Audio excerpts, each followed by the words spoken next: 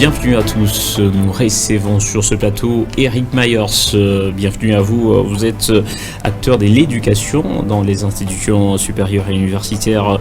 Nous parlons de cette mesure annoncée par les autorités éducationnelles, notamment le ministre de l'ESU qui venait d'annoncer une conscription, soit une formation militaire obligatoire. Comment vous avez trouvé l'initiative adoptée par les autorités congolaises? Merci M. Billy, bonjour, et nous profitons de l'occasion pour vous souhaiter les meilleurs vœux pour cette nouvelle année 2023. Merci, ainsi pareillement. aux téléspectateurs de Malaika TV. Par rapport à cette question d'actualité, premièrement, en tant qu'acteur de l'éducation, Oui. l'avantage est centré sur le comportement et la psychologie des étudiants. Oui, vous êtes sans ignorer que il y avait ces activités-là qu'on faisait dans le temps de Blaisaï, qui ont pris fin, ça fait un bon bout de temps, et nous avons constaté aussi qu'il y a un changement entre l'ancien étudiant et le nouveau étudiant que nous avons aujourd'hui. Donc avec cette formation, ça permet de pouvoir augmenter sur l'instruction aussi des étudiants, la façon de se comporter, et aussi ça ajoute aussi l'aspect de la citoyenneté, du patriotisme.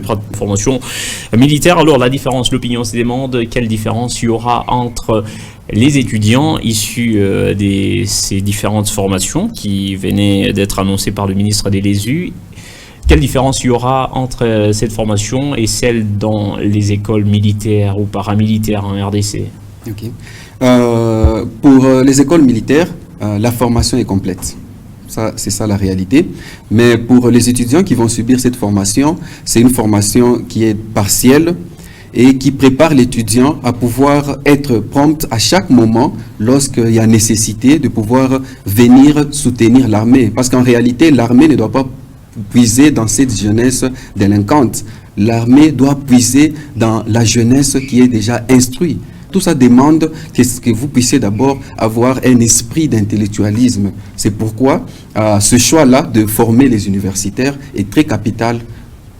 Et voilà, très capital. Il y a certains scientifiques qui disent que, au nom de la défense de l'intégrité territoriale, l'opinion se demande entre la formation militaire et la légalisation du port d'armes.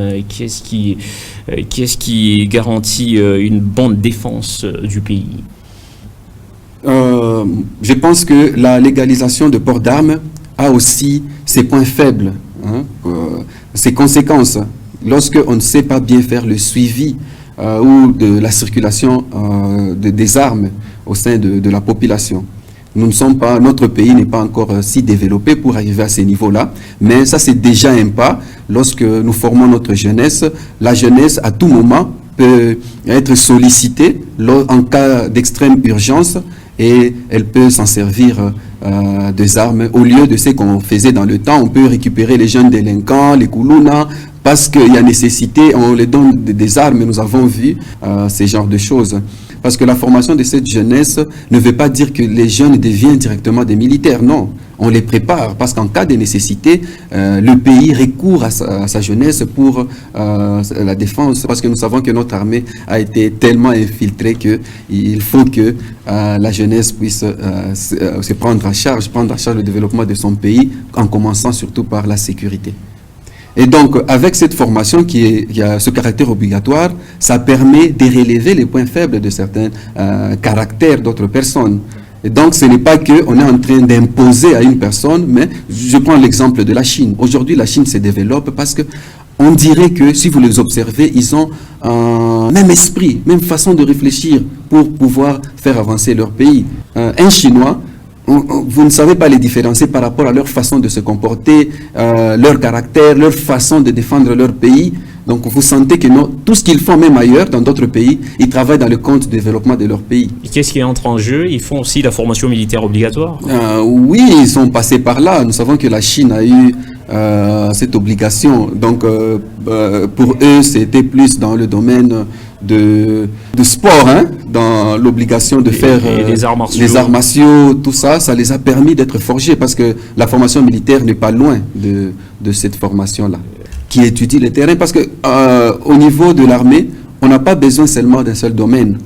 Il y a même les informaticiens ont leur place, les géologues ont leur place, les géographes, ils ont leur place, et tout cela contribue, n'est-ce pas, à des tactiques qui peuvent aider à l'armée de pouvoir gagner, par exemple, un combat sur terrain. Des tactiques qui peuvent aider. Dernière question, comme c'est obligatoire, une formation militaire obligatoire pour les étudiants et même les finalistes, et ça va tenir compte de l'aptitude physique et les autres Obligatoirement, comme déjà nous le faisons à l'université, pour qu'un étudiant soit recruté, il commence par l'aptitude physique qui fait partie des documents qui constituent le dossier d'un étudiant. Et donc, un étudiant doit être apte physiquement. C'est pourquoi nous les envoyons dans des hôpitaux renommés où nous les obligeons à pouvoir nous déposer, n'est-ce pas, ce document-là d'aptitude physique. Et ça remet aussi sur la table la problématique de la parité homme-femme, parce que c'est tout le monde et c'est obligatoire. Tout étudiant des L1 cette année fera la formation militaire, donc la parité aussi revient sur la table. Oui, oui, ça n'a pas de distinction. Et la formation militaire, nous savons que même au sein de l'armée, les exercices sont dosés en tenant compte des différentes de genres, mais cette formation n'est pas seulement pour les hommes. L'armée est mixte. L'armée est mixte, donc c'est aussi un véritable défi au niveau de la parité. Oui. Et voilà, Eric Myers, je rappelle, vous êtes acteur de l'éducation dans les institutions supérieures et universitaires. Vous intervenez à marge de cette annonce des autorités congolaises, la formation militaire obligatoire, la conscription. Merci d'être passé dans Question d'actualité. Merci, monsieur Billy. Madame, messieurs, merci de nous avoir suivis. Retrouvez le prochain numéro demain. Au revoir.